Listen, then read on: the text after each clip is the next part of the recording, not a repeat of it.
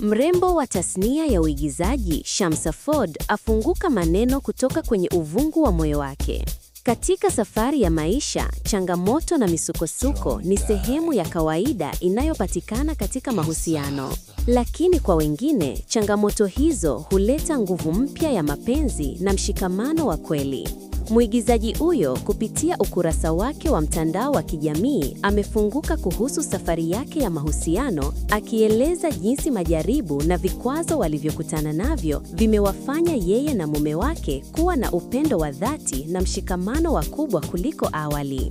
Kuna muda na washukuru sana maadui zetu waliotupitisha kwenye zile hekaheka, maana zile hekaheka zimezidisha upendo mkubwa kati yetu. Tunahurumiana, tunaheshimiana, kila mmoja anampigania mwenzake. Aliandika kwa hisia kali, akionyesha jinsi mapenzi yao yameimarika licha ya changamoto zilizojitokeza. Hali ya kupambana pamoja na kuhimili vikwazo imeimarisha uhusiano wao kwa kiwango cha juu, na sasa wanaishi maisha yenye mshikamano na upendo wa kweli. Mwanadada huyo ameendelea kutoa ujumbe kwa mume wake kwa maneno yenye uzito wa kipekee. Nakupenda mno mume wangu, tamba baba, adui yako ni adui yangu. Kauli hiyo inaonyesha jinsi upendo wao umejengwa juu ya mshikamano na uaminifu, wakilindana na kusimama pamoja dhidi ya changamoto zinazoweza kuwakumba.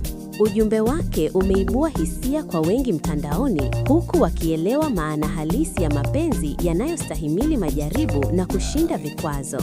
Je, mapenzi yanakuwa imara zaidi pale yanapopitia mtihani wa maisha? Hakika, kwa waliopitia changamoto na kuendelea kuwa na upendo wa dhati, hii ni ishara ya mahusiano yenye nguvu halisi. Red Fire. Karibu sana kwenye VIP Classic TV, mahali ambapo tunakuletea vipindi mbalimbali vya burudani, michezo, siasa na afya kwa ujumla. Hakikisha umebonyeza subscribe, umelike na umecomment ili tuendelee kukuletea vipindi vya kuvutia. VIP Classic TV, fahari ya Watanzania.